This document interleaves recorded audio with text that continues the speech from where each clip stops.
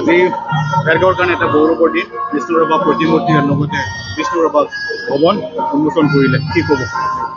নিশ্চয় আপোনালোকে জানে যে ভেৰগাঁও আঞ্চলিক ৰাভা ছাত্ৰ সন্থাই বিভিন্ন অঞ্চলবিলাকত বিষ্ণু ৰাভা দিৱসটো বিগত কেইবাবছৰ ধৰি উদযাপন কৰি আহিছে। কিন্তু এইবেলি নিৰ্মিত যিটো আমাৰ প্ৰেক্ষাগৃহ সেইটো উন্মোচন কৰিবৰ কাৰণে ৰাভা ছাত্ৰ সন্থাৰ লগতে এই অঞ্চলত থকা বিভিন্ন জাতি জনগোষ্ঠীসমূহক লগত ৰাখি উমৈহতীয়াভাৱে আমি 55 সংখ্যক এই বিষ্ণু ৰাভা দিৱসটো উদযাপন কৰিছোঁ।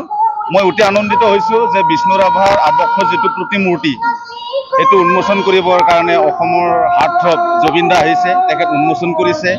আৰু নতুনকৈ প্ৰেক্ষাগৃহ যিটো বনোৱা হৈছে সেইটো উন্মোচন কৰিছে আমাৰ বিধানসভাৰ অধ্যক্ষ তেখেত বিধানসভাৰ অধ্যক্ষ ডাঙৰীয়া, স্পীকাৰ ডাঙৰীয়া কৰিছে।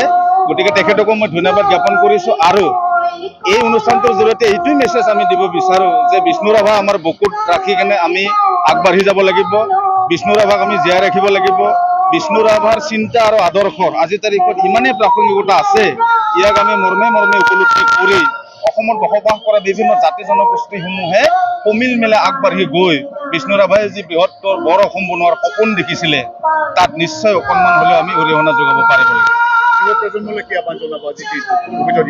যুৱ প্ৰজন্মক এইটোৱে ক'ম যে বিষ্ণু ৰাভাক যিহেতু কেৱল আমি তেখেতৰ মৃত্যু বাৰ্ষিকীটো পালন কৰিলে নহ'ব, বিষ্ণু ৰাভাৰ যিবিলাক কৰ্মৰাজি আছিল, বিষ্ণু ৰাভাৰ যিবিলাক ডায়লগ, গীত মাত, গীতৰ যি গভীৰতা, এইবিলাক উপলব্ধি কৰি আমি সমাজৰ হৈ কাম কাজ কৰিব লাগিব, পূৰ্ণ স্বাধীনতাৰ হৈ আমি কাম কাজ কৰিব লাগিব।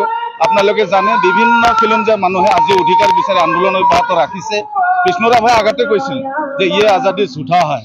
তো আজিৰ তাৰিখত এইটো উপলব্ধি আমি কৰোঁ, সঁচাকৈ এই স্বাধীনতাটো পূৰ্ণ স্বাধীনতা নহয়, পূৰ্ণ স্বাধীনতা সেইদিনাখনহে বুজাব যেতিয়া অসমত বসবাস কৰা সৰু সৰু জাতি জনগোষ্ঠীবিলাকে সাংবিধানিক অধিকাৰটো পাব। গতিকে আজিৰ তাৰিখত বিষ্ণু ৰাভাৰ আদৰ্শ আৰু চিন্তা চৰ্চাক আগত ৰাখি আমি আমাৰ জাতিটোক বা সমাজখনক আগবঢ়াই লৈ যাবৰ কাৰণে নৱপ্ৰজন্মক